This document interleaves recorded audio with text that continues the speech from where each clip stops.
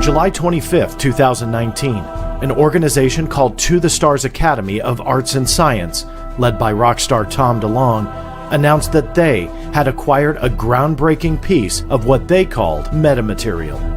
Although the press release never said it was tied to anything extraterrestrial or alien, the implications were there. However, specific details were not.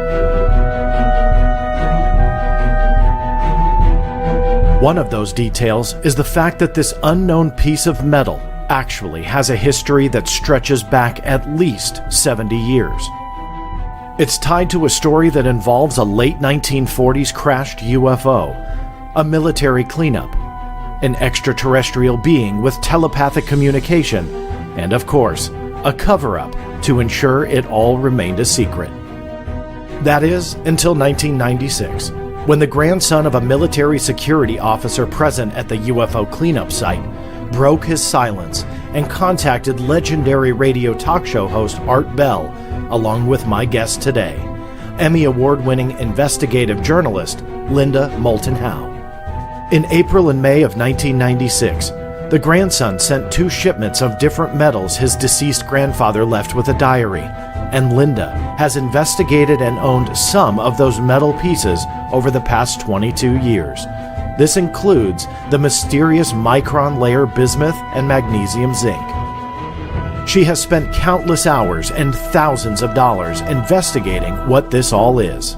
Today, Linda will give us a special one-on-one interview outlining the origin, history, and investigation into a piece that is intriguing curious minds around the globe, and it's even caught the attention of the United States Army.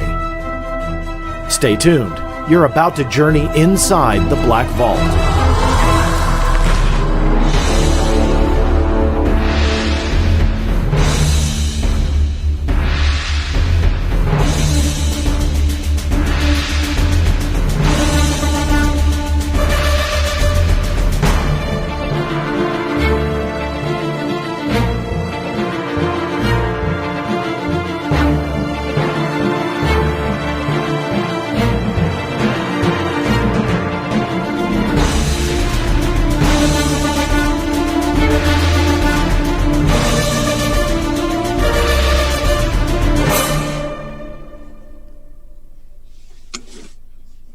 That's right, everybody. Thank you so much for joining me on this journey inside the Black Vault. And with me today, the one and only Linda Moulton Howe. Hi, Linda. How are you? John, it's great to be with you. Well, it is great to have you. Thank you so much. Let me tell you, out of all the shows I've done, both audio and video here in the last year or so, there has been much anticipation for this one. There's a lot of information floating out there, some accurate, some not, and there's a lot of unanswered questions. And the reason why I wanted to bring you on today is for one obvious reason. This piece that is being touted in the media now, it's making some headlines, and being advertised by To the Stars Academy of Arts and Science. At this point, at the time that you and I are chatting, you have more answers about this than anyone. You have done 20 plus years of research into this, right? 22 years. I mean, that's an incredible amount. And so that's why I wanted to bring you on and really kind of tell my audience, who's very intrigued by this entire saga that's unfolding right now. It's a pretty exciting time, but really ultimately get some answers about this piece. I usually don't do this. I'm going to sidetrack on an off topic, but I have to say thank you to many of the viewers and the listeners that follow my social media about today's shooting at the school. I usually don't do any current events on this, but I did have to take a moment and say my phone, text messages, and so on, checking in. My kids were about 10 minutes away from the shooting. It was an incredible day, and I'm glad that everything didn't turn out well under the circumstances. However,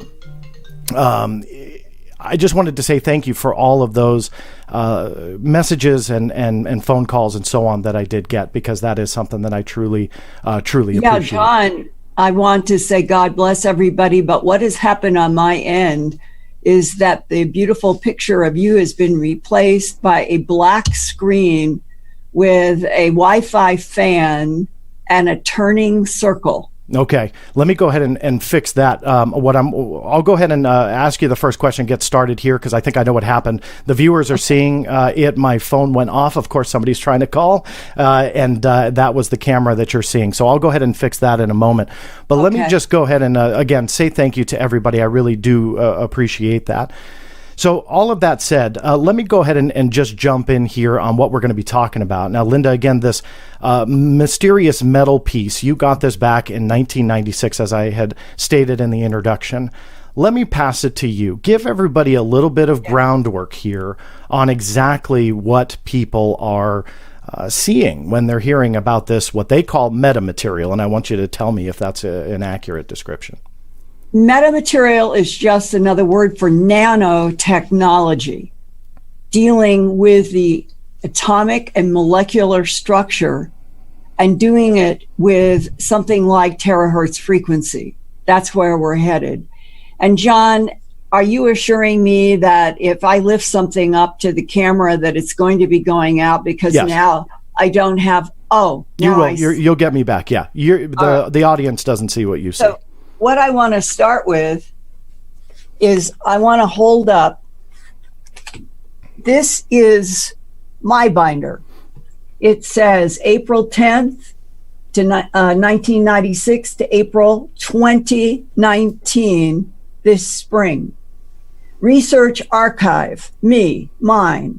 Bismuth, magnesium, zinc layered metal from the late 1940s wedge-shaped UFO crash between Sierra Blanca Mountain and San Mateo Mountains, New Mexico, probably near Trinity Site, White Sands, by me, reporter and editor of files.com. And this is one of 3 binders that I have produced in the last 22 years. In the SEC filing from To the Stars, when they talk about using the term metamaterials, what they have from me is a piece of the bismuth, magnesium, zinc that we're going to talk about, a small piece, round, a die cut from aluminum. And when they talk about the archive, they have a blue binder that I produced, and this one and their blue one match. And then this is the original one that I had all the way back. And all of this is to explain, because these have files in them instead of the binder.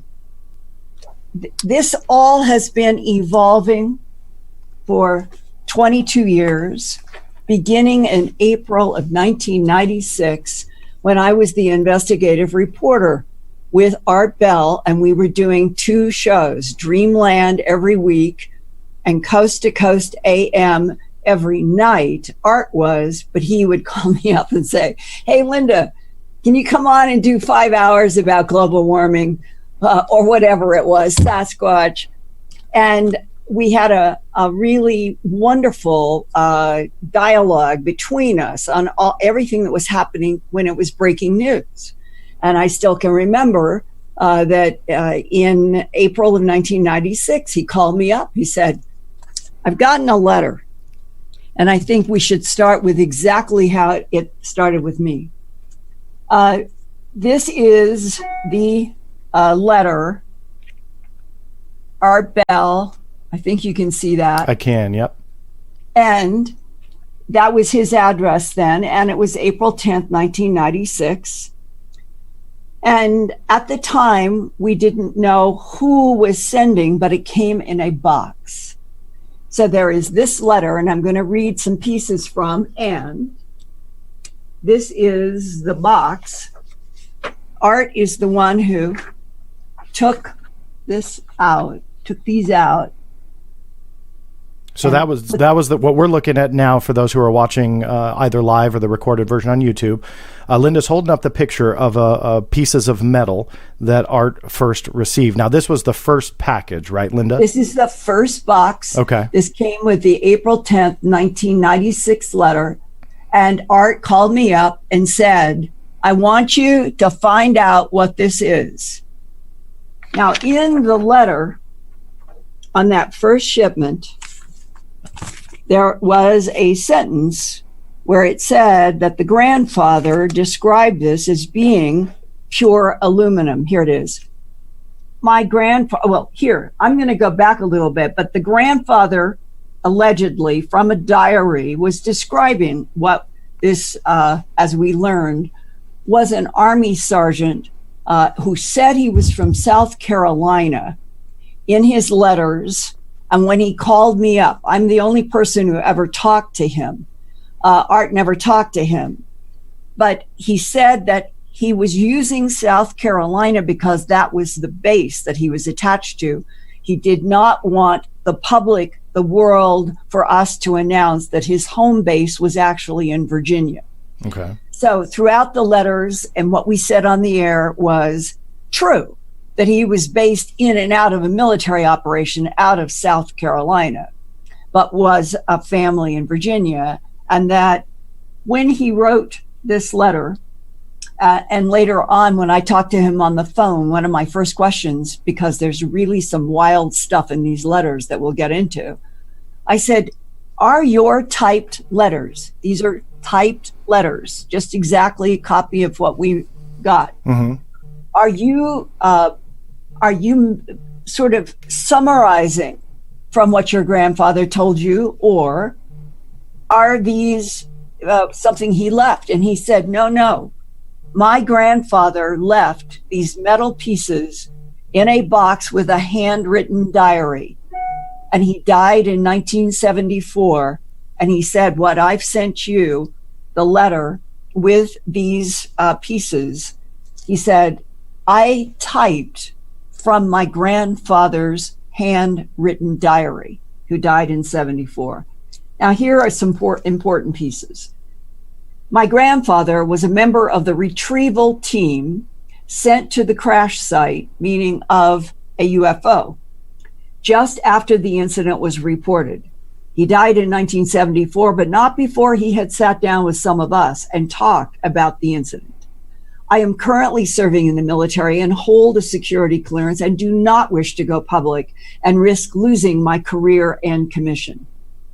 Nonetheless, I would like to briefly tell you what my own grandfather told me about Roswell.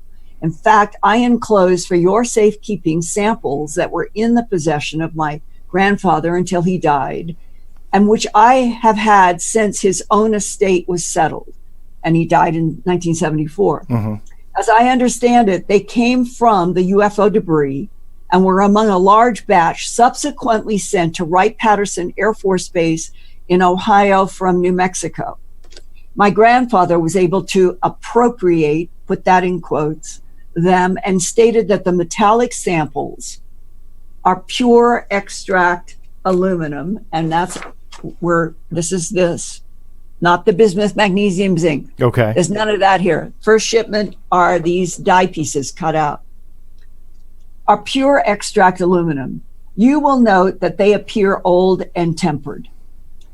I have had them since 1974, and after considerable thought and reflection, I give them to you. And he goes on to research. And I'm jumping a couple of paragraphs. As my granddad stated, the team that the grandfather was on, a security team, arrived at the crash site just after, and here is a first giveaway to me that I told Art back then. The AAF/USAF. There was no United States Air Force until September 18th, 1947, when Harry S. Truman divided the Army and the Air Force. On that same day, created the Central Intelligence Agency, and our government began to grow up in a different direction on September 18th, 1947. The so-called Roswell crashes were in the first week of July of 1947. The ones around Socorro and Horse Springs and all the ones those were May of 1947. So Kenneth Arnold seeing the 9 curved discs, that was June 24th, 1947. So you come through a timeline, at least May, June, July 1947, and the most famous of all being the July 8th Roswell Daily Record, the headline saying, flying saucer has crashed on a ranch near Roswell. So now what's really important is when I saw this sentence, and I'm going to give you another paragraph, is that this cannot be any of the ones that anybody had heard about. It had to have been later. And my guess is based on discussions with Lieutenant Colonel Philip J. Corso at the 50th anniversary of the so-called Roswell July 47 crashes. It was Lieutenant Colonel Philip J. Corso and Whitley Strieber and Stanton Friedman and myself. We were speakers at that 50th anniversary in Roswell, and that's where I got to sit down for several hours and talk with Colonel Corso. And he told me that he had himself been to visit a alleged crash site where there had been a being, at least one, and that he, Corso, met the being and got a telepathic download that was about a crash there. So Corso's in the 1950s, 60s, but that a crash had come down in the 1948 to 49 period on White Sands. And I'm bringing these two up because it may be that Corso knew about this. Did he? But the world didn't know, and everybody who is following the TTSA story and are looking at Hal Puthoff's letter, we're coming up to a timeline here that's very important for you all to understand. Well, and let me jump in really quick and make sure that I understand and the audience understands correctly, because people have fired back, and one skeptic in particular on my social media started saying, well, Roswell didn't happen, so there's no way that this piece is part of that. And that would be Cal Korff. It was a public, not a private message, so anybody can verify that. So Cal had posted that. And so just to make sure the audience understands, you knew from the get-go that this was not the July 1947 crash, right, that this was post that. Okay. Now, let me ask you about Corso, because I'm a little skeptic. I'm a big skeptic on Corso's story. But that said, was he responding to your question, I should say, and I'm sorry if my camera goes on and off, Linda. I'm getting used to it, John. Nobody, it's not supposed to do that. Nobody's seeing that but you, but I'm going to tell you, just please don't let that bother you to come back. So that being said, so was Corso responding to your questions and you told him about this story, so he said, oh yeah, I remember that? Or did he tell you this story and you put two and two together? See, the 50th anniversary was the first week of July of 1997. We got the first letter from the Army guy in April of 1996.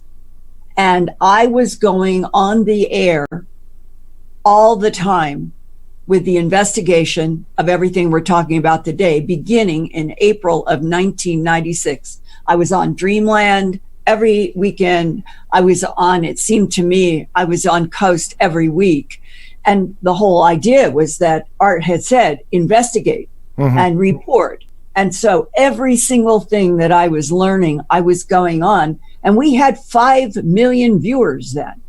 A lot of people don't realize that back in the 96, 97, 98 time period, Coast to Coast was reaching 5 million, and we had, I don't remember how many more in Dreamlands. We were reaching a large audience. And so it would be 1 year later in July, a year and a couple of months, that when I get to Roswell with Whitley Strieber and Stanton Friedman, and Jacques Vallée might have been there, and I'm meeting Colonel Corso. I had been on the air so much on this whole investigation.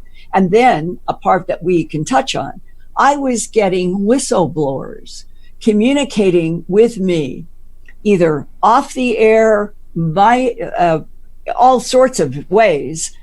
And the whole story was expanding into what it would become, because when the bismuth, magnesium, zinc showed up in a second shipment, that was a month and a half after the aluminum, which I had reported.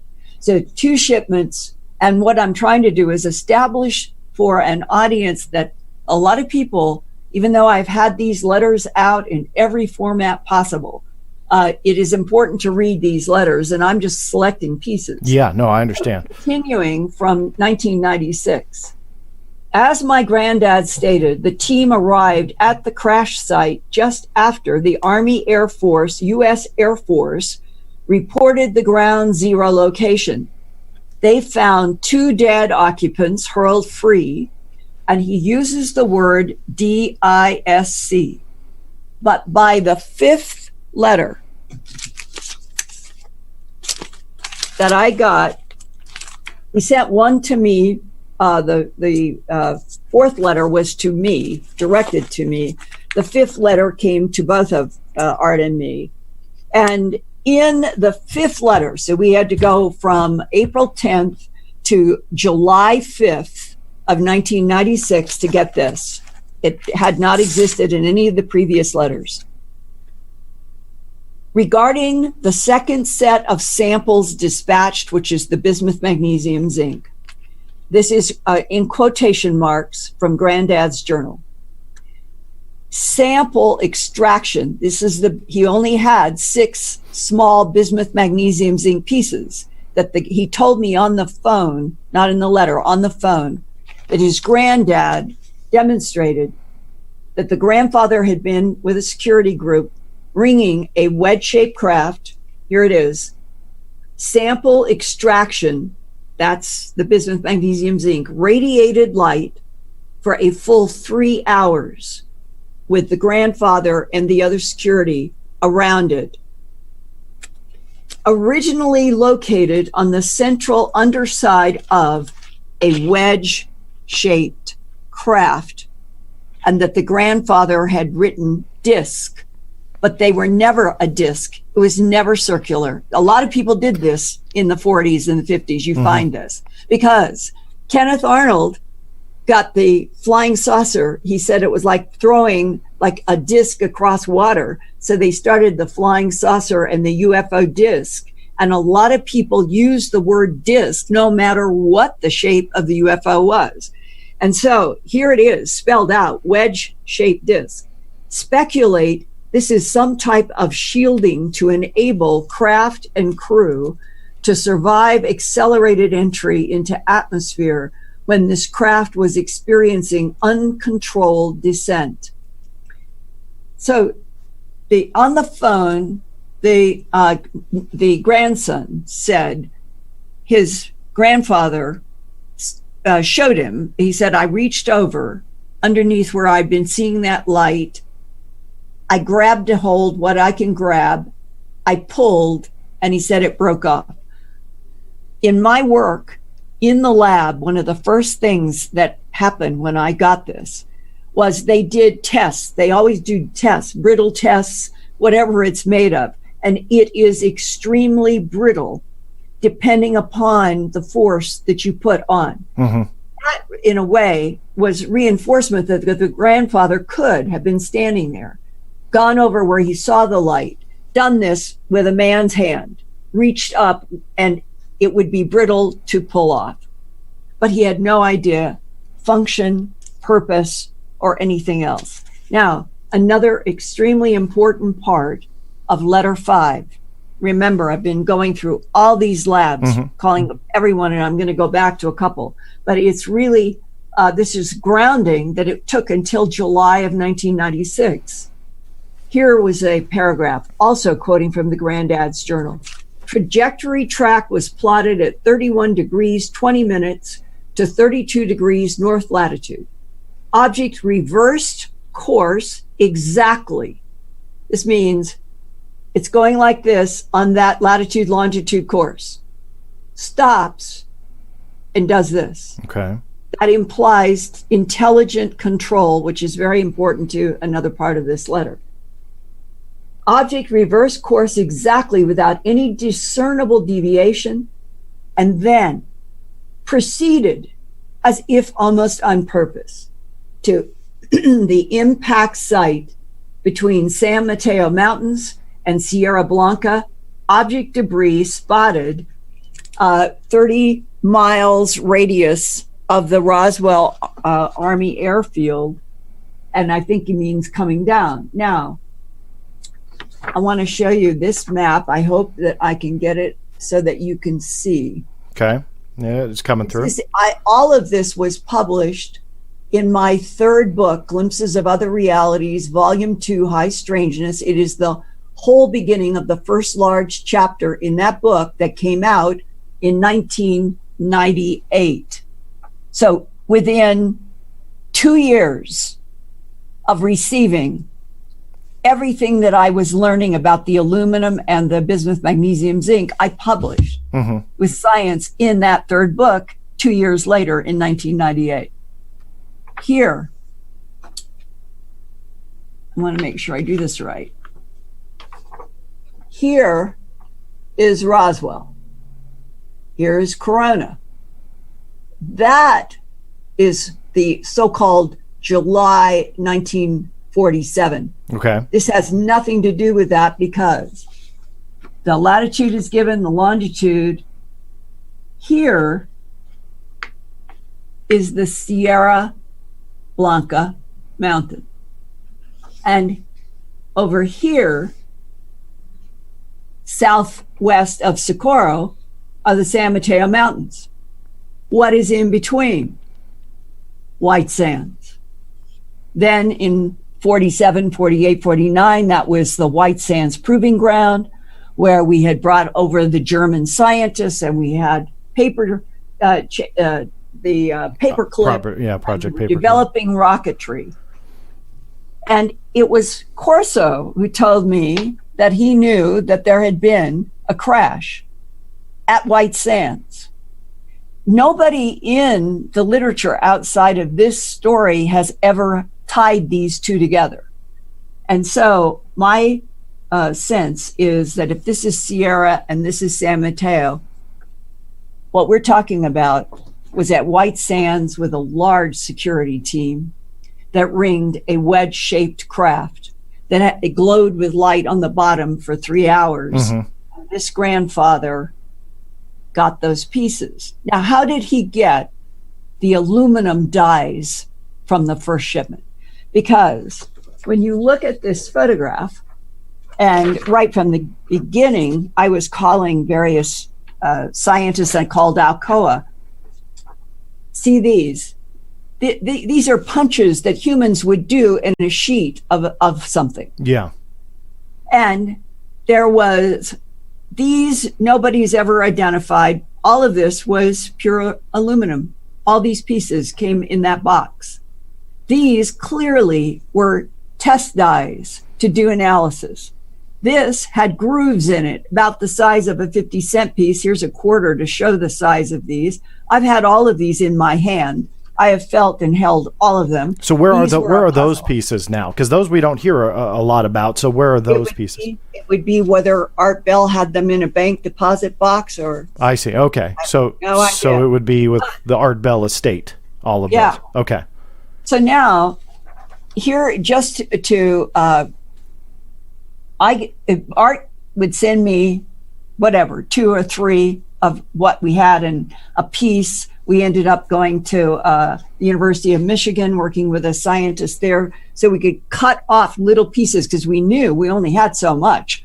And so we ended up having to cut for me to do research. Whitley Strieber wanted to do research. I think Jacques Vallée at that time. So pieces were going, and Art wanted me to do most of the investigation to keep reporting on the radio. But a couple of little pieces would go out, or pieces of the aluminum.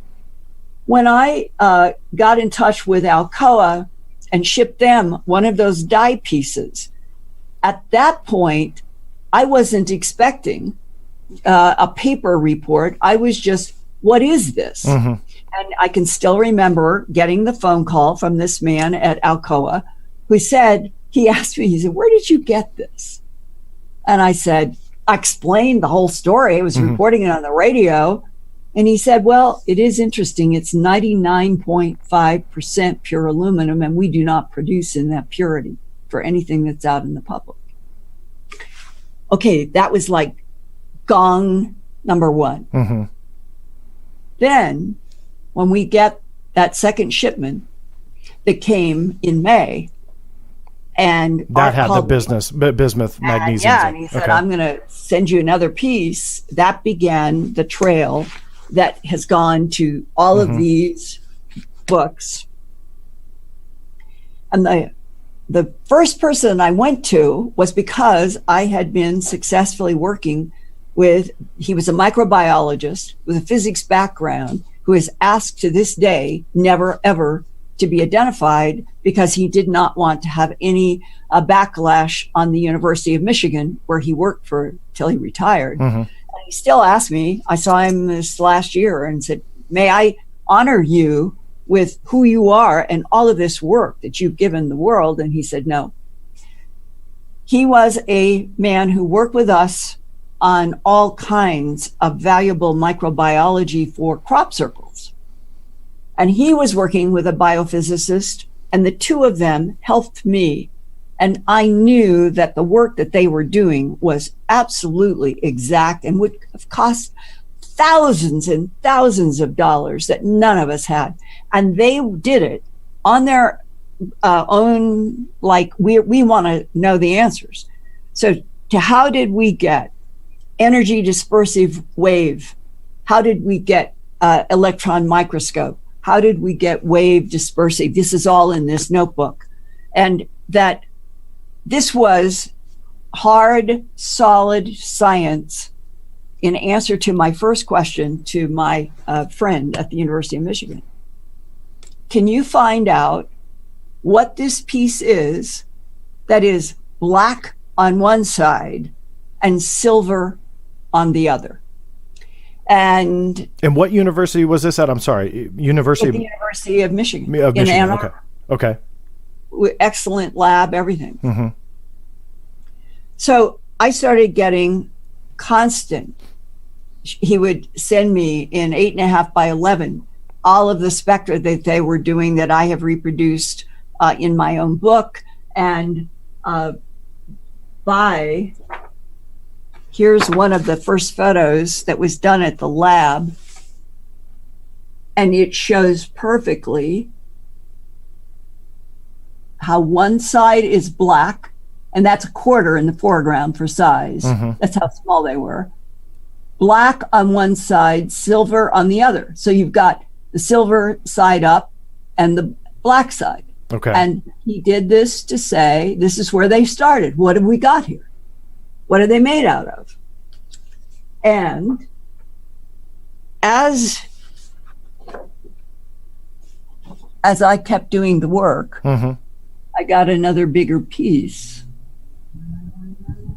And if you can see all those layers. Now, when I'm sorry, so when you say a bigger piece, so there were multiple pieces of. Started off with like a little piece, and then we needed more. Okay. And this, I think, the biggest piece, but we would keep cutting pieces off. We only had this is no huge supply of anything. And when he sent me, there it is. When he sent me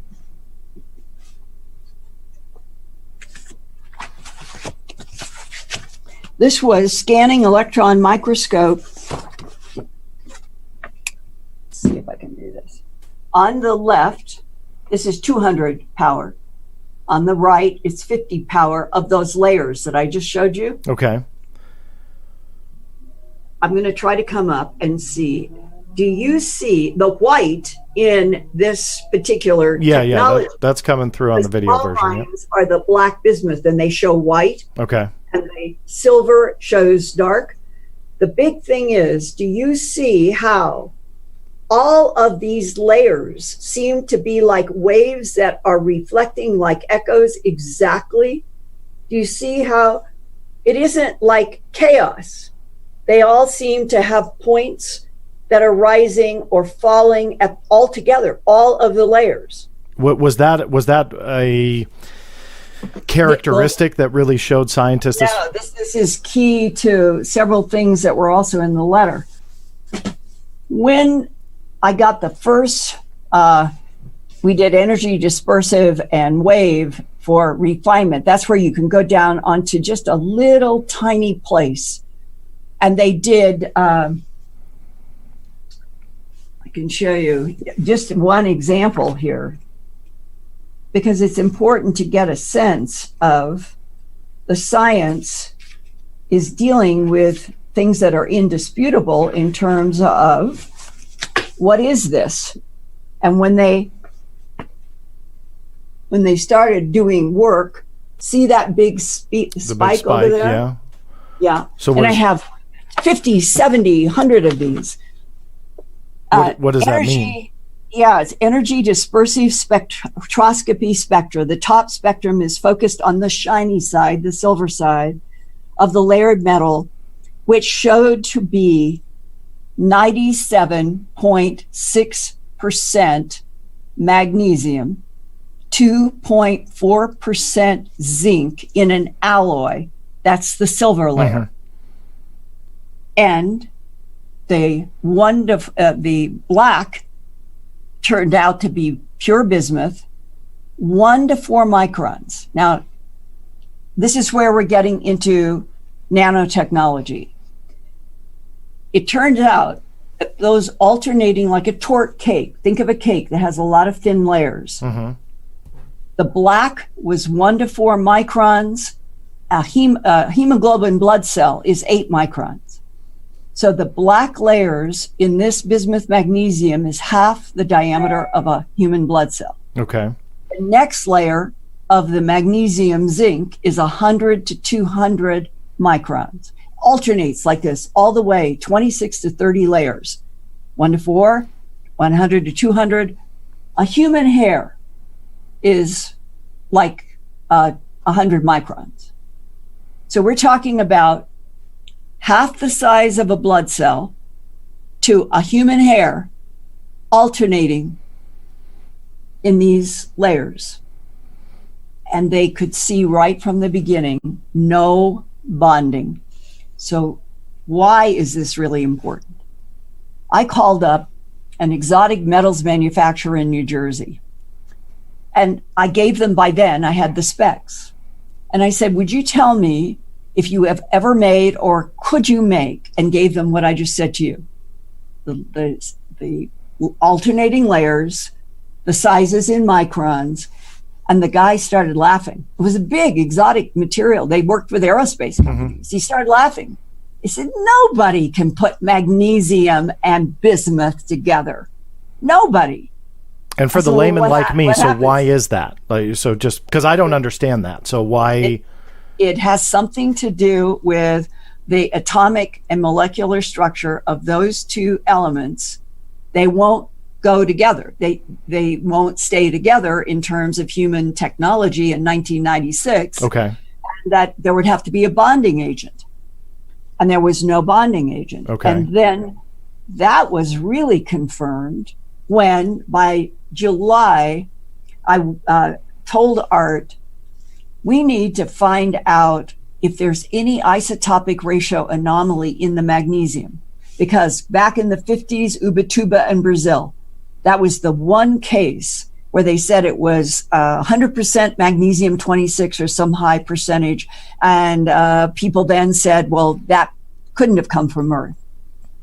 So I found that there was at the Carnegie Institute in Washington, D.C., one ion microprobe that could do an isotopic ratio on magnesium, cost $1,000.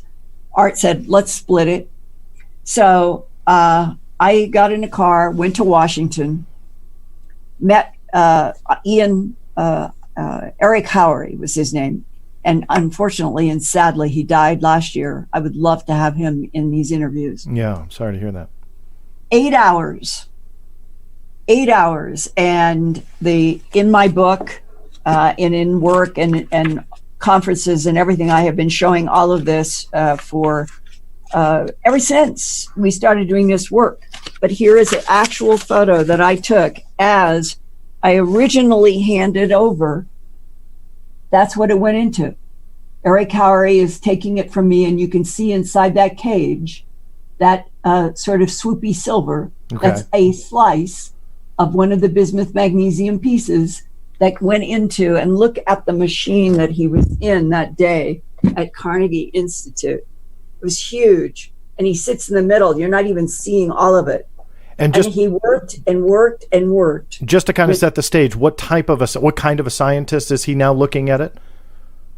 Ion microprobe specialist. Wow. And that's what they do. Okay. They use these machines to do isotopic ratios down to the atomic level. Okay. And as he started working with it, he said, I don't believe that I have ever seen pure bismuth. He said, on the periodic table, bismuth is right next to lead.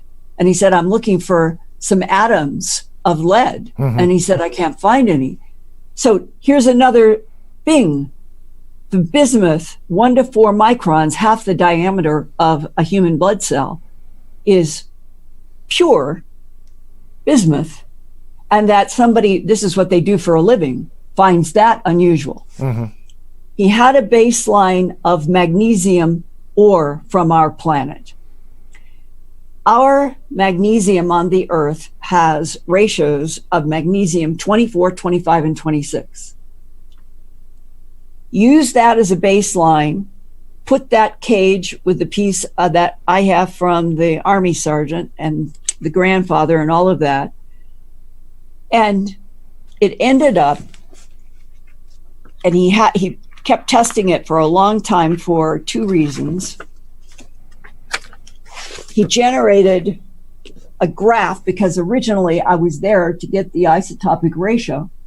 And that red line at the top shows that the bismuth magnesium piece that we were working with had 11% more magnesium 26 than would be found normal. But 11% doesn't kick it into case closed, extraterrestrial. It's highly unusual. But here was the unexpected. He said, I don't know why. An ion microprobe works by sending an electron down into the metal. Mm-hmm. It's interacting at the molecular atomic level. And he said this keeps emitting 60 times positive ions that I am getting from anything in the normal magnesium that we know came from Earth. He said, I have no idea. Why is your piece emitting positive ions from an electron penetrating into it? And that was part of his report, that it was 11% more magnesium 26 and had this strange ionization. And then later, I asked a scientist, I said, could that have anything to do with a cloaking mechanism? Where since World War II, we've had so many eyewitness reports, pilots especially, who have seen what they think is a cloud, and the cloud begins to dissolve away, and there is a craft. Or people see a craft, and they see all of a sudden a cloud develop around. Mm-hmm. Who knows? This came from the bottom of this craft. Well, those were the kinds of things that I was reporting on the air, and I started getting whistleblower communications. One guy in particular who said, look, I know for a fact, because I worked at Area 51, I've heard of this before. And he said, and if you can get it into the right frequency, it'll turn into a lifting body, neutralize gravity, rise. So that came probably around 97, 8. I do the book, comes out in 1998. And during that period of time, I started having various people contact me saying, we'd like to try. And Hal Puthoff in 1996 was one of the first scientists. Also, Paul Chu, the semiconductor genius down in Houston. He was, there was consideration he might win a Nobel Prize during that period of time. Paul Chu wanted to see a piece. I have a letter, correspondence with him on his letterhead, that he had it for 2 months. was looking for very specific things, said he couldn't find. What Howe was looking for in 1996, he couldn't find. I kept reaching out. Now, and when you, I'm sorry, let me jump in. When you say that they were looking for things that they couldn't find, you talking about scientific abnormalities? You're talking about people to help? Function, could they remake it? Could they duplicate it? Which was another big question during that whole time. Okay. Is there anybody out there who can make this, since an exotic metals manufacturer in New Jersey said you can't do this? Okay. You can't put the magnesium and zinc, the magnesium and bismuth together. They'll delaminate. There's no way to hold them unless you had bonding, and we know that there was no bonding. So all of these I had a notebook, a spiral notebook, that about 100 people, labs, could be a university, a Cranford laboratory in London, all sorts of things that I kept calling up and deciding whether or not to make an agreement. And all my agreements were typed on my letterhead, signed and dated by the scientist and me, always with a return date. And so the return date would be discussed with each scientist, and Hal Putoff, he took it, returned it. Paul Chu took it, returned it. So this all started with a variety of people. Now we go all the way up to 2012. And 2012 becomes a pivotal moment. I knew that I was dealing with something that was not comprehensible to everybody who had it. Hal came to me and said, I would really like to, I've heard you, Linda, on the air, Hal said, where Travis Taylor was working at Redstone Army Arsenal. He was a physicist. The contract and the money for the Redstone Army Arsenal work that he was doing was coming from the Defense Intelligence Agency. He called me up and told me all of this. He said, I've been listening to you on the air. I would like to help you do some electrostatic tests and various tests. And he said, I've asked my boss, and he said, yes, you can work with Linda Moulton, Howe, but you must report everything you learn back to DIA. And he said, would that be acceptable to you? And I said, yes. So we did. We started doing electrostatic tests. We did all kinds of things. Nothing definitive. And then he said, working with this, Linda, all of that wavy pattern that I showed you, how all the waves go up and down together, that it isn't chaos. It's all those layers, which would be the bismuth with the magnesium zinc. They all are going up and down the same. The waves are the same. It isn't like one layer is out of sync with the other. They are all together. He said, I've been talking with some colleagues, and they said, maybe this was made to interact with a very specific electromagnetic frequency, and that if you had the technology that you could dial up and down magnetic frequencies and put this, perhaps it has to be in an electrostatic field or this field with the magnetic fields changing, and it might lift up off of a lab bench. So all of that work was done by a company in California, and I was reporting on the air the final conclusion: nothing. Not only could they not get any lifting body, bismuth is the most diamagnetic of all of the elements in the periodic table. That means there should be some kind of a reaction. Because it's diamagnetic, there should be some reaction away from, right? And they said, we couldn't get any. We tried everything. We tried dynamic fields, we tried static fields. Okay, and I'm saying all of this on the air. And Hal Putoff got in touch with me and said, I've got a lab. I'd really like to try the work on these electromagnetic fields. Hal takes it, has it for a couple of months, sends me back on September 24th, 2012, Institute for Advanced Studies, Yep. to Linda Moulton Howe from Howe Putoff. And this was 24 September 2012. It says bismuth magnesium. His first paragraph, which people are misunderstanding. First, I share your disappointment that the bismuth magnesium sample did not yield an interesting anomalous outcome in the tests involving the application of various fields. It's what I've just told you. It was Redstone Army Arsenal, a lab in California. I'm reporting everything that's happening on the air. Hal comes in and says, I want to try to see if I put this in various magnetic fields. That's what he's talking about. It wasn't like some failure. It was part of an inquiry.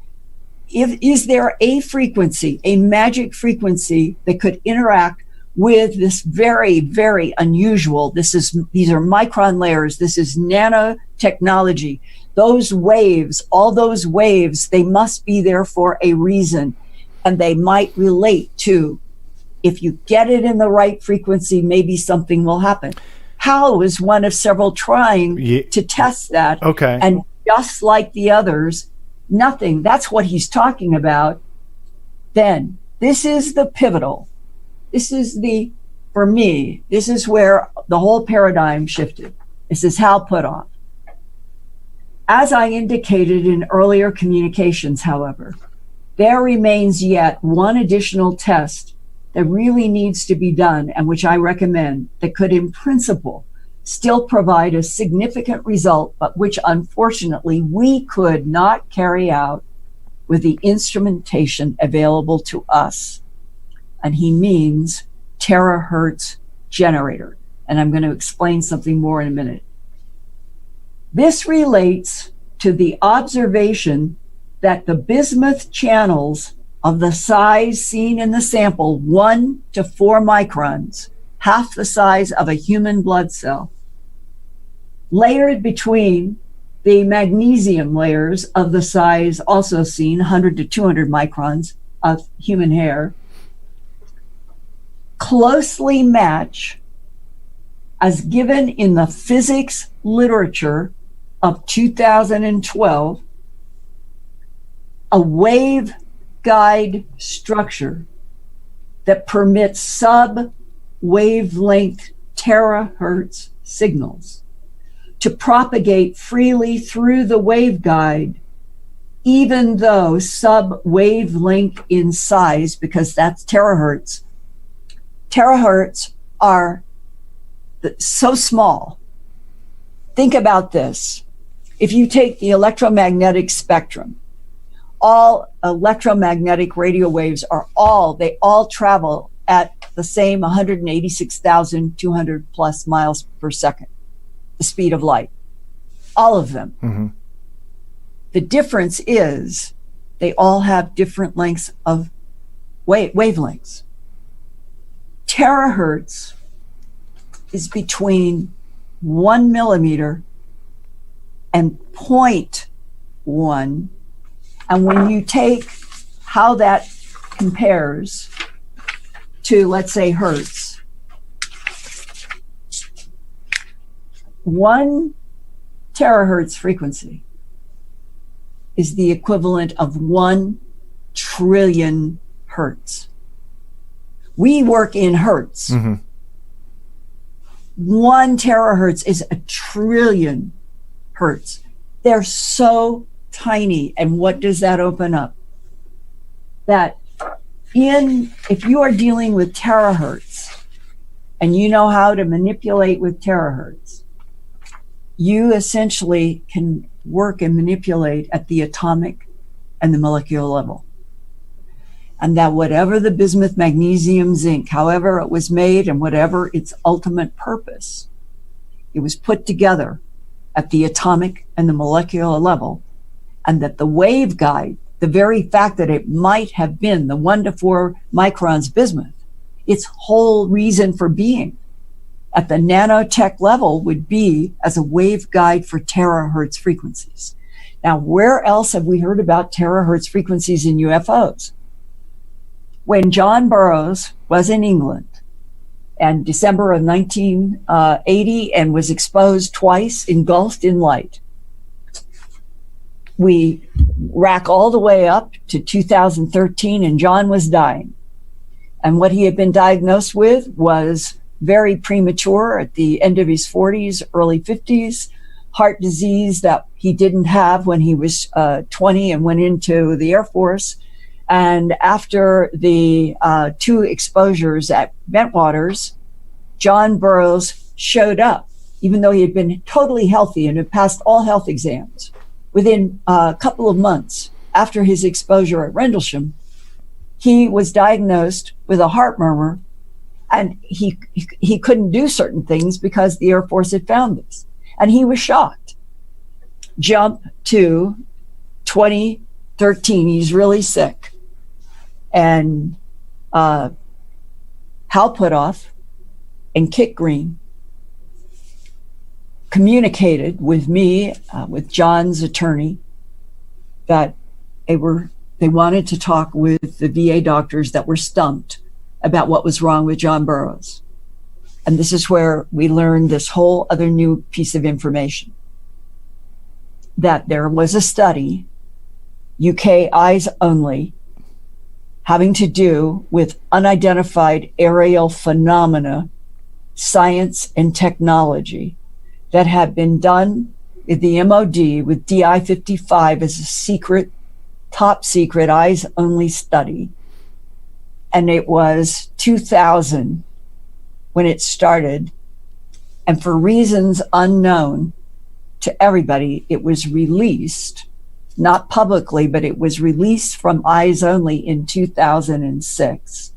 Nick Pope and others were able to get some of the papers that talked about the measurement of frequencies emitted from UFOs that can damage human bodies and manipulate human minds. These are words in the UK study that we didn't see, even though it was totally locked up from 2000 to 2006. Somebody miraculously unclassified this amazing 466-page study in 2006.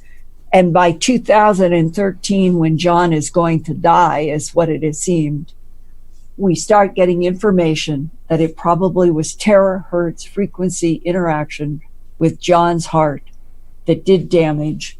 And they even knew to tell the doctors, what you're going to have to do is you're going to have to go into the heart, and the leaflets that control blood flow, you're going to have to exchange his mitral valve with those leaflets. You're going to have to take out what's damaged, and you're going to have to put in an artificial mitral valve.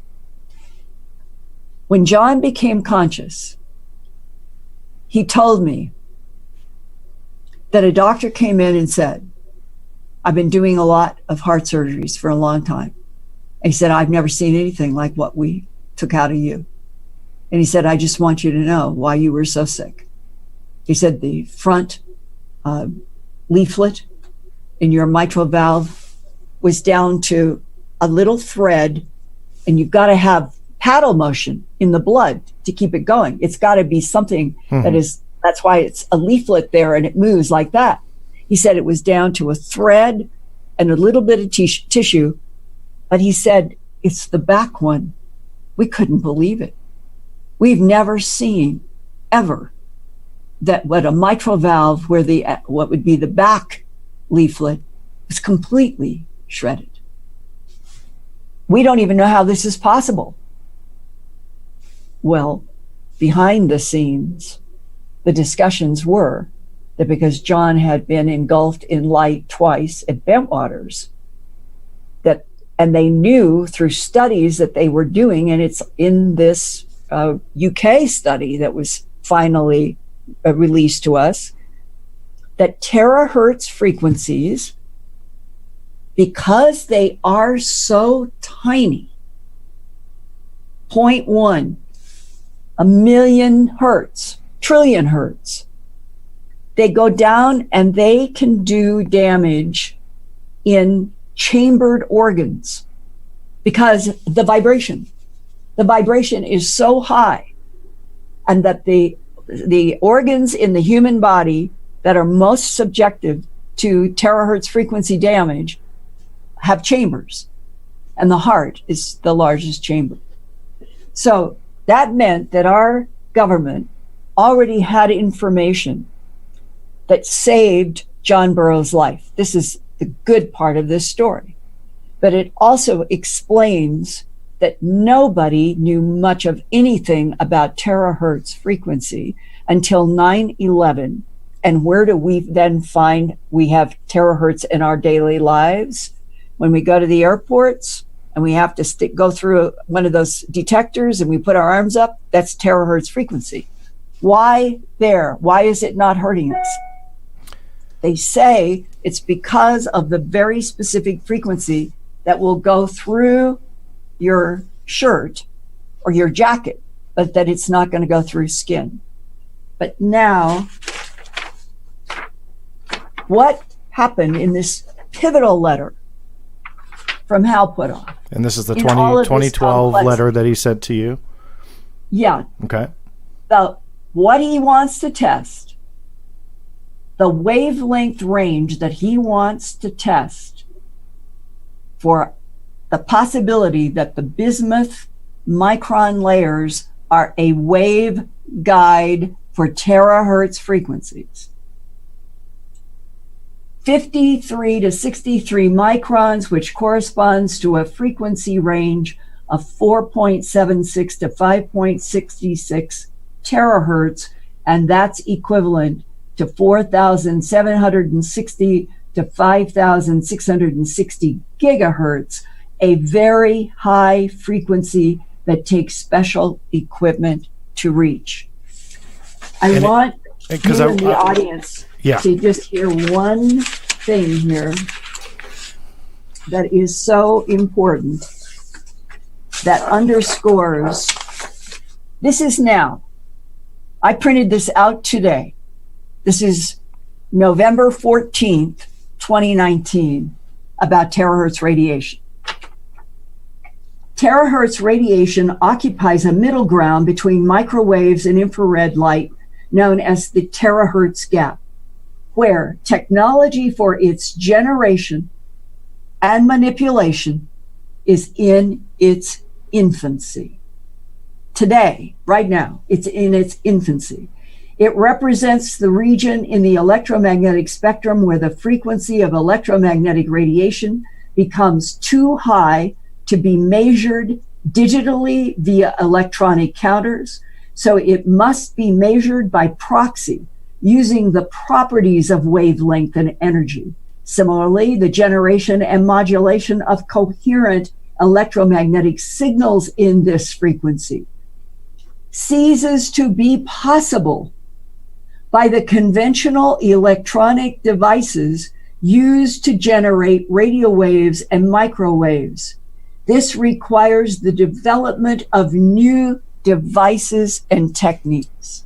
And now I have brought you up through 22 years of complexity to me, to the stars, Jacques Vallée, Howe Puthoff, and others who have tried to build the terahertz generator that Howe Puthoff put in that letter to me in 2012 with those numbers that I just read of those very high terahertz frequencies. When he sent me that letter, Hal had written a private note. He said, Linda, contact these two professors in two universities. See if they can build the generators that we need to test, to see if the bismuth is a terahertz frequency guide, a wave guide. And if it were, then we might be on the track to neutralizing gravity, perhaps the Holy Grail. Okay. I'm not saying that's in his letter, but yeah, no, I gotcha. for one. I know this is so complicated. No, and I don't want to run out of time with you because I'm down to about 25 minutes. But let me. I'm just so close to here that we go from 2012. Two universities say they can't do it. We get to 2016 to 17. Howe gets the bismuth magnesium again for another test. It comes back. Jacques Vallée says, Linda, I think I've got a company that can do terahertz frequencies. And he had it for most of 2017. Now we get to December 16th, 2017. Well, actually, October. And To the Stars Academy does its first live stream with Tom DeLonge, and Hal Puthoff was there, and Steve Justice and Semivan and the group are there. And they announce To the Stars, and what I think was their real true goal, let's get into the white world some of these investigations that relate to UFOs and take it so that it's not all bottled up in the black world. I think they wanted to do that. Well, okay, so now jump. When Jacques Vallée and the people he was working with that year, they couldn't build the generator, and they're using Hal's 2012 letter. Everybody is using Hal's letter as the touchstone. We need to find this out. So Hal comes back to me and said, we want to see if we can try this again. Everybody keeps trying to push the needle forward on doing the terahertz generation that would match. He has it again. Then To the Stars forms, and by that time, Hal was always the link. Hal was the constant link between Linda Howe and Hal, and trying to understand. And then he becomes part of To the Stars, and he and Steve Justice and the others said, can we do agreements?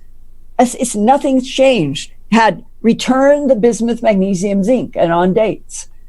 And it got to the spring of this year. And they still, Hal was disappointed. Everybody, we still can't find anybody who can make this generator to do the test. And then I get a call. The Army is interested. I had all of everything I've told you today, I've had in my book, radio, television. It's all been out there. I've been reporting every single thing I possibly could. And they come to me and say, we wanted to keep it out in the private wide world, but we haven't been able to succeed. Nobody else had been either. And he said, the Army's interested.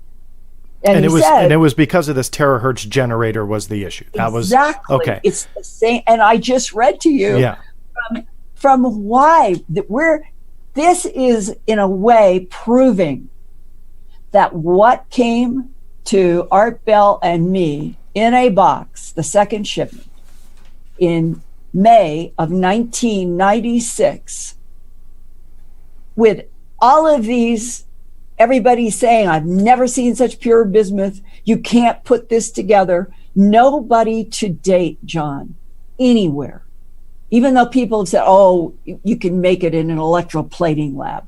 Oh, no, it has nothing to do with electroplating. It's at the atomic molecular level that this is put together, and that nobody has made, reproduced, or ever tested, been able to positively test and prove a function.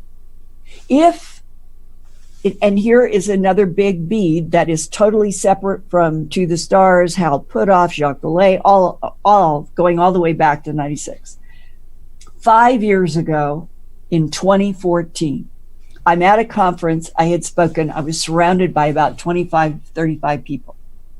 And a man leans forward, says, I know a lot about the bismuth, magnesium, zinc. I said, can you wait? When I was free, we went and he talked to me for quite a long time.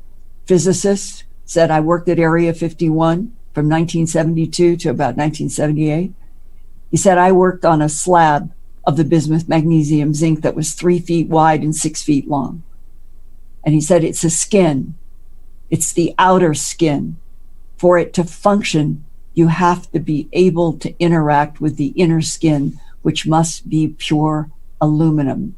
But the pure aluminum at the atomic level has to have monoatomic iridium atoms selectively placed. And he said, this is technology beyond us. But what we realize is, from all the work that we did, if you could get those two skins operating together, it would take gravity down to zero, and it would take inertial force down to zero. And he said, and if we ever are able to make it, then we would begin to understand that when David Fravor and the pilots on the front page of the New York Times and Washington Post and Politico in December of 2017 said that they knew what they were watching, something that's traveling a few thousand miles an hour and stops on a dime, something that's traveling a few thousand miles an hour and does a 90-degree turn. The physicist said, it's because when this stuff is turned on, there's no inertial force. It's as if you took whatever the craft is, and it's now not even in the forces of our matter world. It is moving totally unattached to gravity through the nature of these layered materials. And I think that the physicist was telling me the truth. He will never, ever be in public. This is a person who came to me in a conference and talked to me, and I've had a few things later that I think reinforce some of what he said. And all of this comes down to, there are people who have worked in labs underground, Area 51S4, China Lake, Wright Pat, and they know and recognize some of what this is about. But in terms of the white world, brilliant scientists who have never once been exposed to any of this, we are being almost in a way proved by all of these 22 years of investigation, with nobody being able to make it, nobody being able to, so far, even test it with the terahertz frequencies. And Al Puthoff began predicting 2012. Yeah, and so that's obviously where the Army comes in. Now, I'm running out of time, and I've got quite a few questions that I want to ask you. So let me try and get a couple in. Now, first, my light now is really too bright. That's dark has gone outside. That's okay. I know suns are setting and stuff like that. So I'm glad you brought up the 2012 Hal Puthoff memo, because it seems like on social media, and even out of the corner of my eye over here, I know a skeptic, at least one anyway, tried to say Hal Puthoff told you that this whole thing was a hoax. That obviously is not true. You don't even have to. No, I know. What people, I think, don't understand, and it's a little bit evident in the room on certain points, is that they have these preconceived notions that, oh, well, Hal Puthoff told you it was a hoax, and so they go around and they circulate that. What I want to point out to people is that you can read that memo in full on Linda's website, so you don't hide from that. So, and then again, we don't have to get into that, but I wanted to at least point that out, that anybody can look at that letter. It is obviously something that skeptics and debunkers say, aha, Hal Puthoff said this, but he didn't. And so we've already established that. Moving on, though, with the skepticism, because I want you to address this as well, because this is also out there. A lot of people point to the work of Nicholas Ryder on this back in the, I guess, late 90s or so. So his, and I want you to comment on this, and if I can just encourage you to be a little bit brief, just because I want to ask you a couple other things. But for those who aren't aware, I know Nicholas had looked at the pieces. Obviously, I guess this is considered a skeptical response. And in, I guess... Totally unscientific, totally unprofessional. I don't care. And when you take him trying to turn it into like the residue that would build up in some kind of a lab, this is the, like some people say, oh, it's got to be electroplating. You just start doing some basic education about electroplating and vacuum, vapor vacuum deposition. That was his explanation. Go to the work that is in my book that I have done at Earth Files. Look yourself at Eric Howe, to the people who, and when Eric was looking at the bismuth layer, and there's nothing but bismuth, and there's no bonding agent, there's nothing. It goes pure 1 to 4 microns bismuth, 100 to 200 microns, 97.6% magnesium, and 2.4% zinc, and keeps alternating like this up. And when you do that, you end up with no more than 1/4 of an inch, maybe not even that much. These are not thick. It's because the layers are at micron. This is nanotechnology. This is constructed at an atomic and molecular level. It has nothing to do with vacuum vapor deposition. It has nothing to do with electroplating. This is, and with by that you're talking about his theory of the, I guess it's called the Betterton-Kroll process. Yeah, it has. I don't have any idea why he would persist with something that did not match how many pages that I have. Yeah. Going down, we went down into the scanning electron microscope and put it on what's called an EDS, and you go down into 500 times, and you're looking at the most exquisite structure. When you go into that magnesium, I'm trying to think how to explain to you. If you're in nature, and let's say that it was a random splash, you're not going to see exquisite, geometric, perfect patterns. And that we have in our photographs. So, and one last thing, and then we'll move on. But I, again, want you the opportunity to respond to that, where people often point to the fact that he was able to make the piece dance by hitting it with 200,000 volts from a Van de Graaff generator. I mean, can you do you even want to comment on that? Because again, that's what people point to a lot of times, that that's not really an anomaly, that he was able to do it with aluminum foil as well. I just, to me, this is spinning wheels on something that was totally off the mark and outside of science from the beginning. I don't know his approach you're talking about. Nick, are you talking about Nick Ryder? Yeah. And again, I just wanted you to have the opportunity to respond to critics out there, because they often point to about it is, I've worked with really serious scientists over the past 22 years, really serious scientists with really serious labs. Why didn't anybody else but him ever make such a claim? I mean, I'm just saying, it isn't worth the discussion when what's really important is that we are at the infancy, just exactly as Wikipedia said today on November 14th, 2019. We are at the infancy of trying to understand and work with terahertz frequencies, when it appears that the potential about the bismuth magnesium is, you've got to be able to get into the numbers that Hal Puthoff put in that June or the September.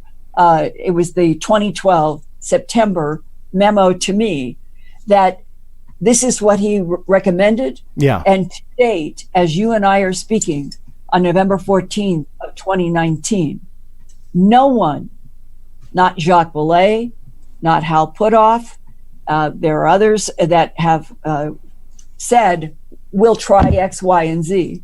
Nobody has been able to make that terahertz generator at the numbers that Hal put in that letter to me in 2012, and nobody to date has ever been able to manufacture the bismuth magnesium zinc to the specs that it exists. And I know my camera went dark on you, Linda. I'm sorry about that, but I'm running out of time. I'm getting used to it. Yeah, it's just because with the emergency around here, my phone's going off the hook. So that being said, though, so I wanted you to have the opportunity to respond to that, and I want to now kind of shift. Obviously, TTSA has acquired the piece. If I can poke and prod a little bit on that very briefly, is this a sale or did they borrow it from you? No, it's just simple. It's just simple, straightforward. When we got into the spring, and they had been trying, Jacques Vallée had tried in 2017. Howe had tried again 2 or 3 more times to get to that terahertz frequency in the memo I showed you, and they weren't able. To them, they were surprised that they weren't able to build the generator that would.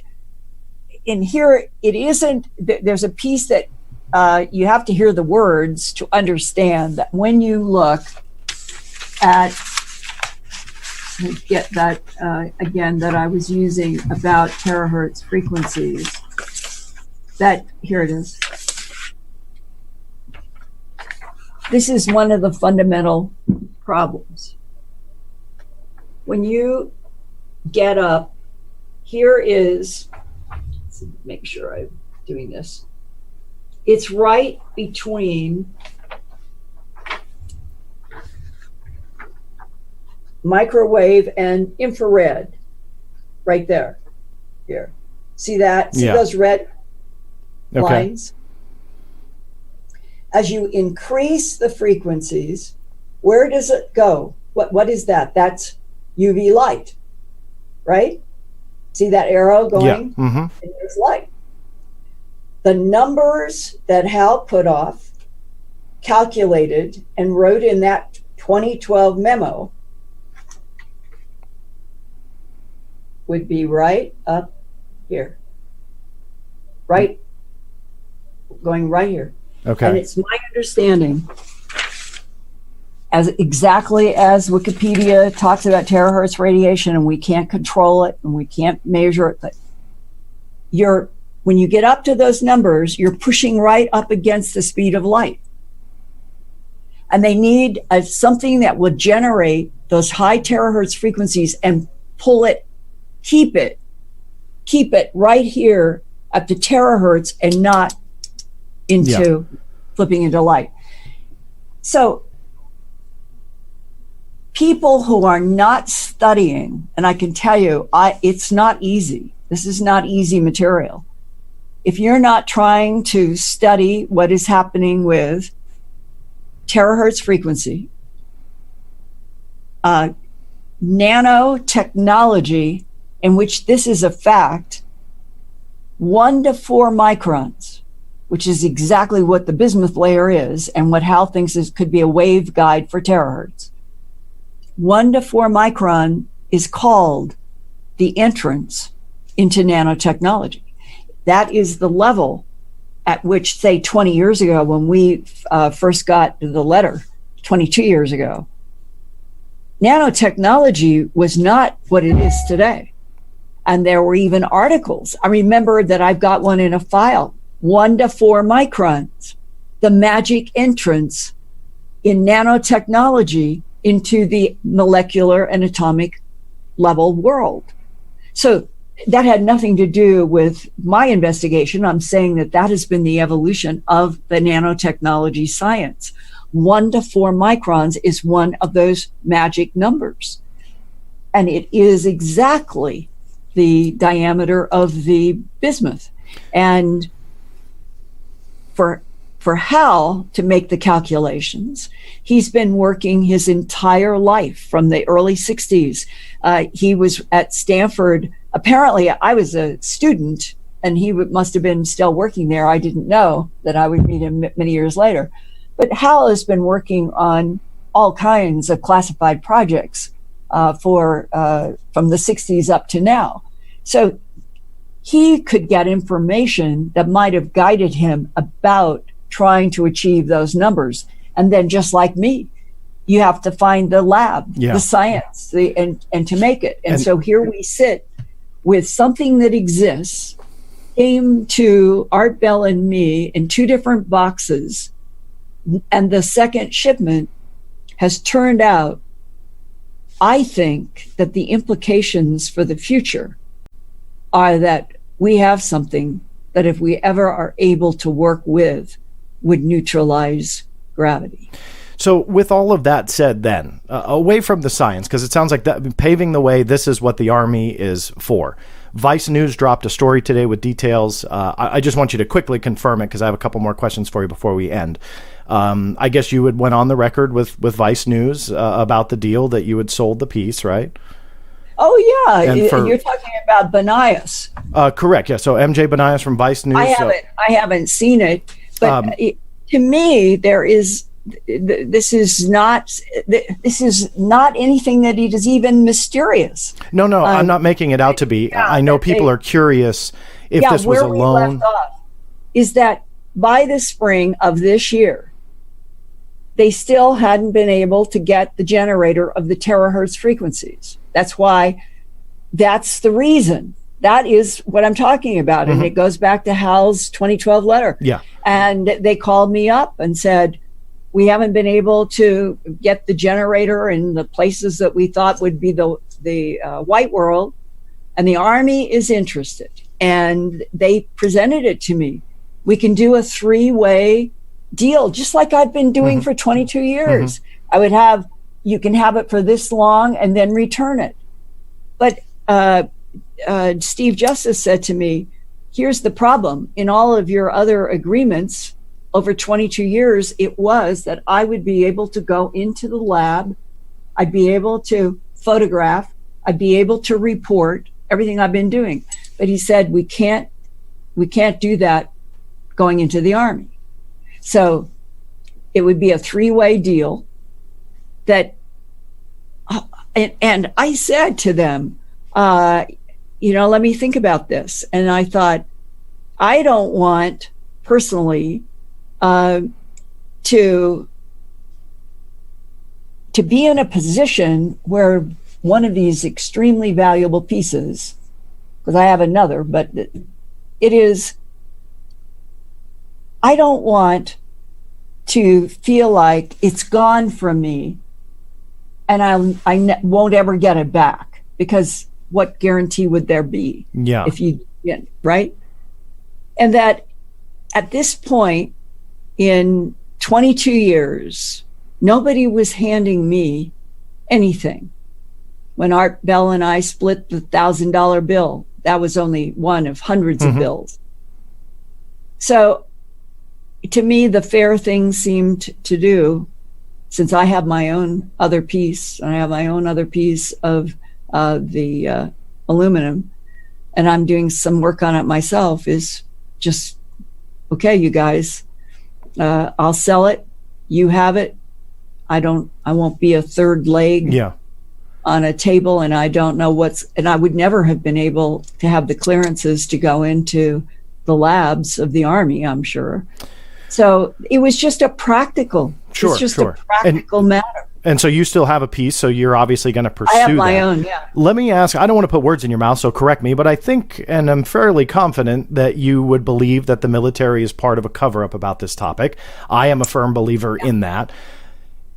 With that groundwork there, for both of us being in agreement, I was actually very surprised when I saw the headline, and I saw that the Army was interested. And then I saw that when push came to shove, because there were not many details in that To the Stars Academy press release. I mean, I had to dig myself, and it was the Army that was actually very, forthright with me that it was about the materials. And it was the Army that was the one that gave me the agreement. A quick footnote here. I have no idea what other pieces. I don't think the bismuth magnesium zinc is the only piece that they have. No, it's not. The one that Howe put off. Howe is front and center in the work of To the Stars mm-hmm. and has been from the beginning. And Howe has always wanted to understand the bismuth magnesium zinc. But there are others in To the Stars, and they may have other things. So what we don't know, and I don't know, is what all are they testing and what all with the Army, does the Army have its own pieces that they have gathered from UFO crashes historically, or been given because General Eisenhower was president at a particular time and he loved the Army the most? And who knows what people have had in their own archives, and maybe the Army went to TTSA because maybe they've got a piece of this, and they recognize. That's the part none of us know.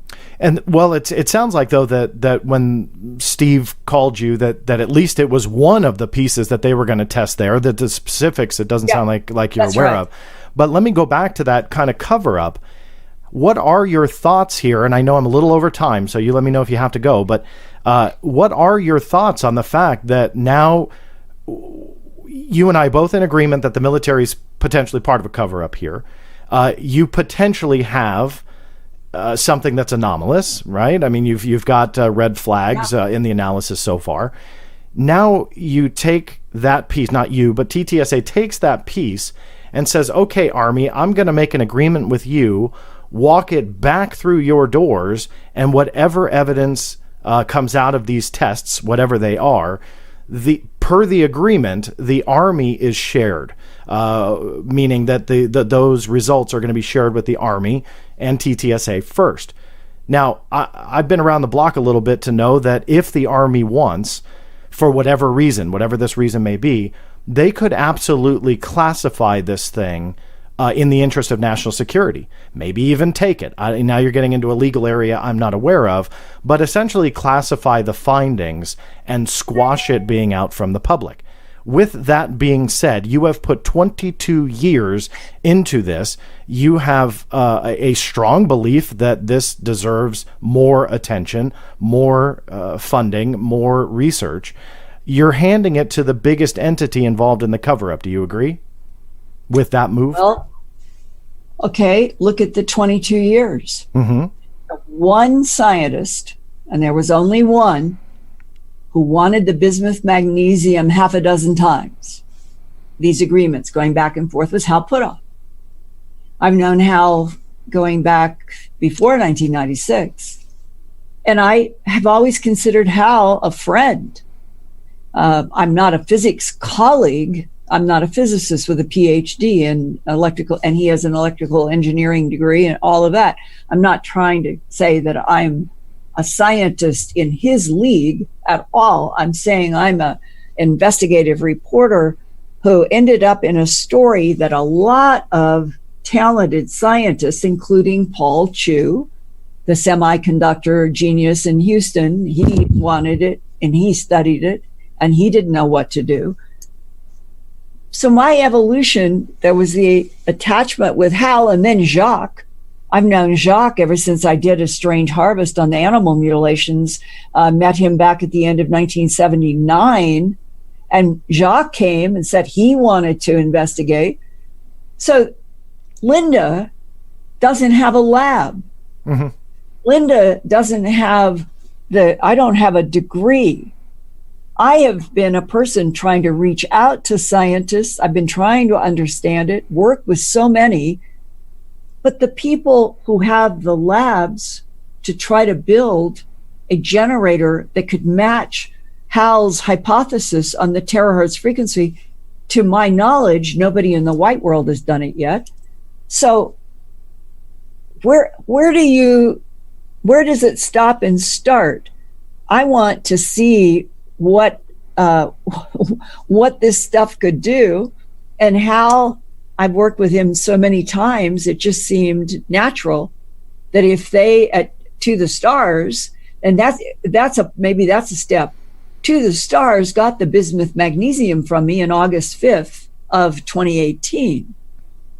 Because Hal wanted to investigate it.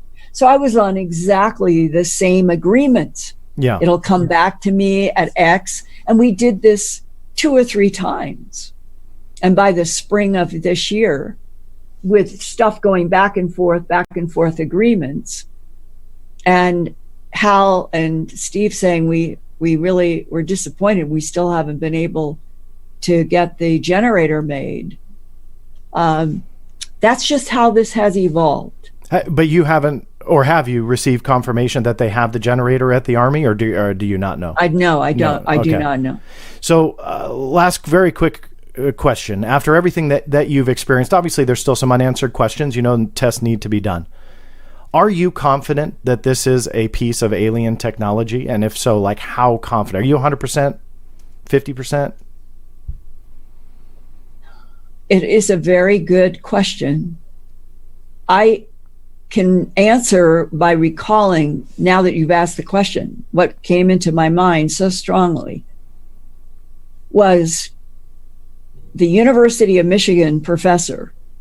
He called me to talk about the fact that they were amazed at the structure, and that in the energy dispersive and the scanning electron, and that they're seeing structure and they don't really understand what they're dealing with. And I believe it was the professor who said, Linda, the more I've worked with this, the more I think I'm handling something that was not made on this planet. And when he said that on the phone, and I think I had a piece in my hand that he'd asked me something, and I think I had it, because what I remember is opening my hand, and suddenly it was like I could be holding molecules and atoms put together by a completely other intelligence, not from Earth, and that this is the closest that I've ever been to what I've wanted to understand ever since doing animal mutilation investigations. What are the other intelligences that whistleblowers, sheriffs are convinced are interacting with our planet and have been for millennia? And yet we, the human family, are denied all information and are told we are alone in the universe. And all of it came collapsing in that moment as I was holding that piece in my hand. And I guess at that moment, I did feel this is not human. So it sounds like you're 100%. I guess I don't know what the percentage that would contradict the conclusion after all of the science would I got you. be. And that then leads me to my last question for you, because I can keep asking questions here, but I don't want to keep you all night. Because of your being convinced after 22 years of this, I'm going to go back to the Army thing one last time, because I don't know what to think. I brought you onto the show not to quote unquote endorse anything or say it's alien. I don't know. I'm not educated enough with the science, if no one's noticed yet, to really kind of sit here and go, oh, well, wait a minute, this could be an idea. I wanted to get the chronology from you, the science that you've done, and put it out there. And I appreciate you allowing me to do that.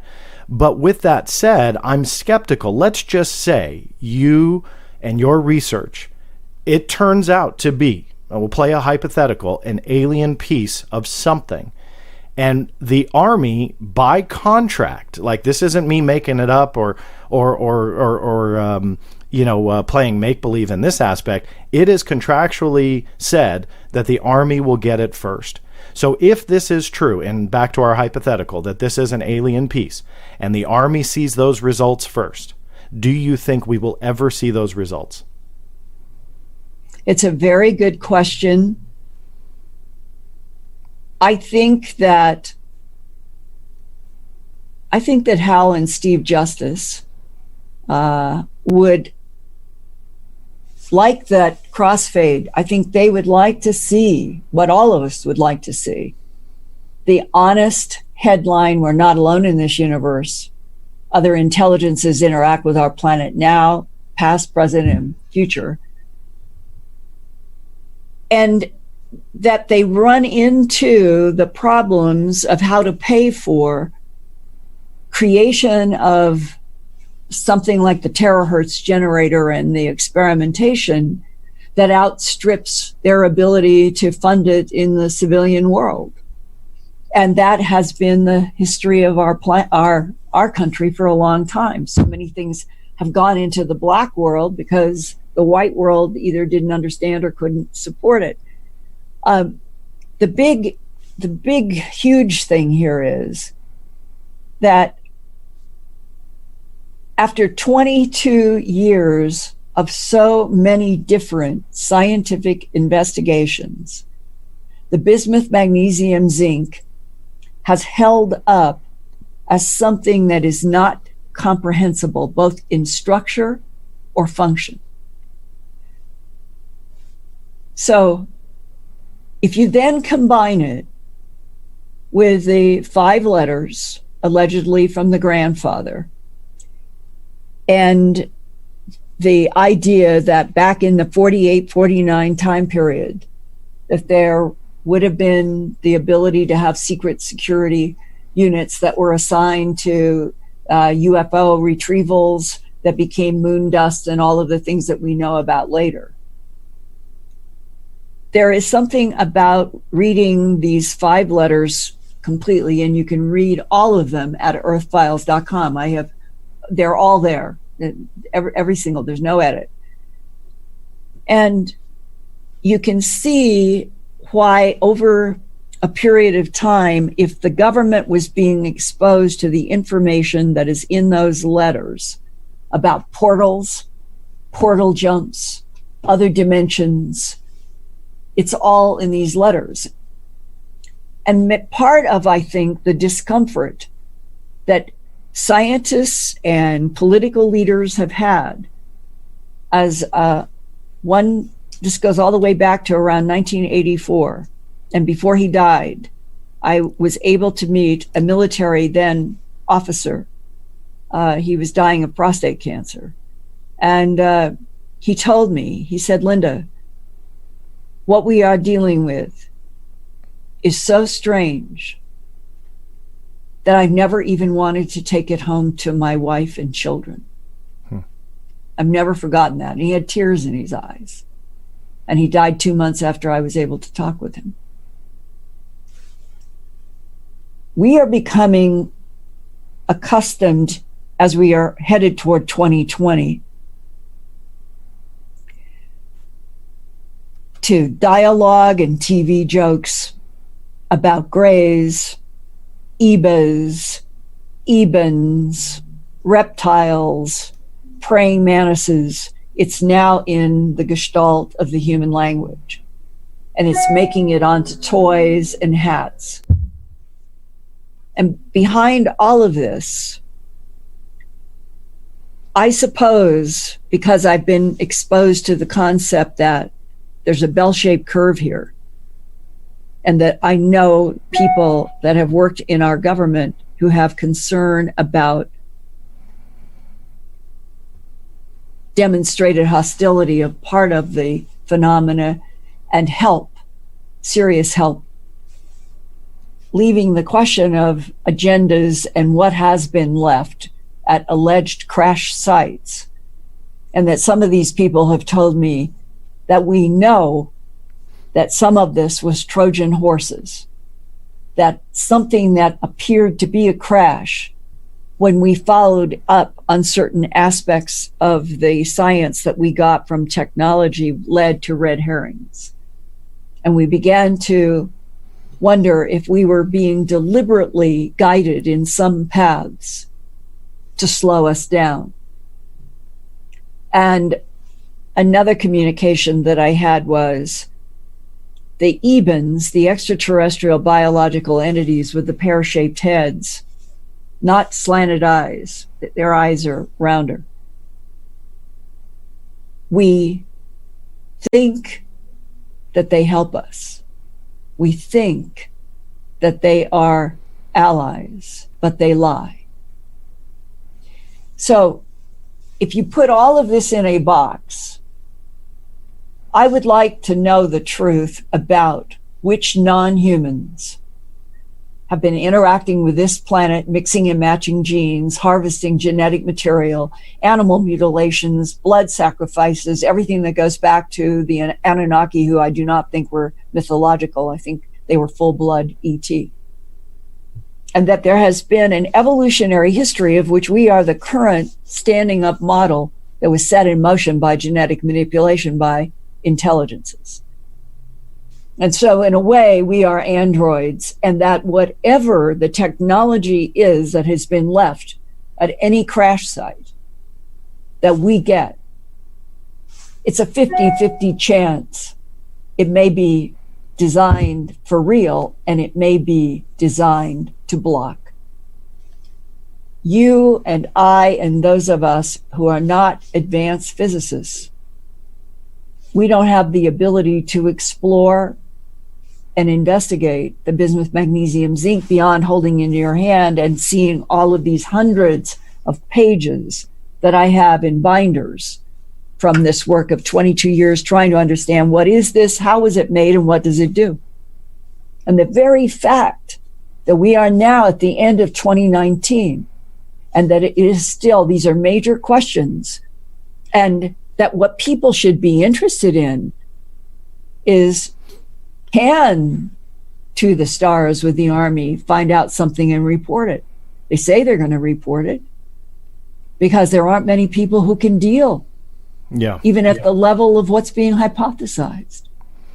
So I have not given up working with other people on what I have. And I really hope, because I like and respect very much Howe Puthoff and Jacques Vallée and Steve Justice, I hope that they will get a breakthrough, and that if we get something public from them via Army labs, it could be the beginning of finally getting that big headline that the planet is never going to be honest, ever, John, on anything until that headline is out. We're not alone in this universe. It's preposterous for us to be living on a planet that has been sold a bill of goods by power brokers, that we're alone in the universe.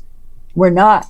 We're not alone. Some would argue that the military is going to do the same thing, meaning squash that truth. But it sounds to me it's a gamble either way. Again, playing our hypothetical that if this really was a piece of alien technology, and if it turns out to be, would we get the results? I have no idea. Linda, it's a good place to end it. I mean, I could talk to you all night. I know we deserve the truth. Hey, you and I are in agreement on that. I mean, we do deserve the truth. The question mark is the military the one to give it to us? And it's that gamble. If they're the only ones that can give us the answer, but we have to gamble that the answer will be given, that's an interesting conundrum, and one I'm interested to see play out. But if you had it in a box in a bank deposit vault, which is where I keep it, the bank deposit vault, just weigh that, a bank deposit vault, until somebody comes along, does another agreement to try X, Y, and Z after 22 years, versus the possibility that Hal and Steve Justice, Lockheed, and that group working with the Army, with the intention that they've described, that they want to try to get information out to the public. And Lou Elizondo has said that he feels we're way past time in making all of this public. Then maybe this agreement with the Army could be one of those steps where they will be able to report something, and it will be the crossfade we've been waiting for, from the policies of denial to policies perhaps of beginning to tell us more truth. And the technology, it is so difficult. Start doing reading. All of you that are listening, start trying to update yourself on reading about terahertz frequencies, reading about what it is doing in airports, a whole wide range, and realize that you say, I need a PhD in physics, I need a PhD in quantum, I need a PhD. And that is what separates the world now. That there's so few people who actually can deal with the complexities of what these physical artifacts appear to be. Well, I look forward to hearing if there are results from the Army, if not, your results as you continue to pursue with the pieces that you have.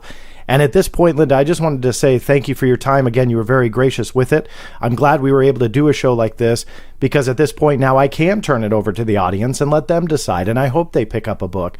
Out of the corner of my eye, I keep looking at the chat, and I see channels in here that have their own YouTube channel. One saying they're going to do a live stream about this, other podcasts that are going to talk about it. So that's what's good. They might be skeptical. I can't sit and read every word, but that's okay. The dialogue is going, and I think that's important. Thing, sure. Just one thing. Neither you nor the audience nor I are in a position to come to any conclusion.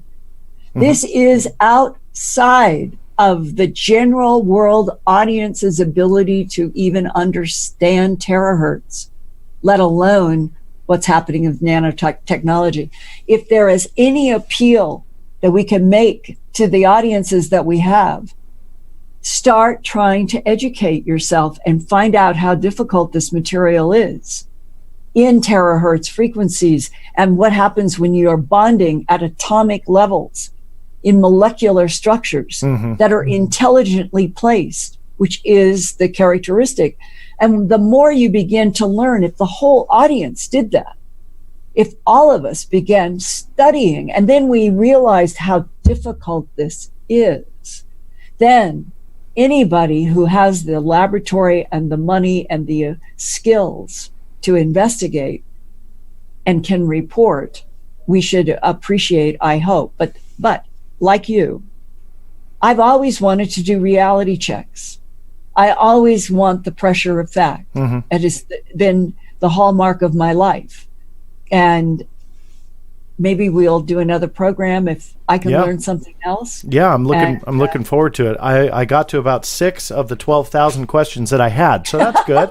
But thank you very much. Great guy. I want to give you my standing ovation for doing the Black Vault as well. Well, thank you. You've been in this for so long. And I respect what your goals are so much, John, and thank you. Well, no, I'm honored you said that. I appreciate that, and thank you. And I'll say it again. Thank you very much for your time. You were very gracious with it. I hope everybody listening and in the chat room, and this will be turned into a podcast, and that might be how you're listening is on the podcast. That will turn into an audio version here in the next day or two. But as always, thank you so much for listening, Linda, as well. Tell people they can come to Earth Files at earthfiles.com and look at all of that 7-part that I have there. And it's all open, available, including that 2012 Howe put-off letter that people have those gotcha moments, and yet here Linda has it on her website and talks about it. So a lot of misconceptions out there. There is no gotcha. Yeah, and I think that's my point. Yeah, I think that's my point, is I hope people do try and educate themselves, maybe less with the science because it's out of my realm anyway, but more so with the facts around it, because it seems like there's a lot of misconceptions. So thank you for clearing that up. And that said, thank you all for listening. This is John Greenewald Jr. signing off. We'll see you next time.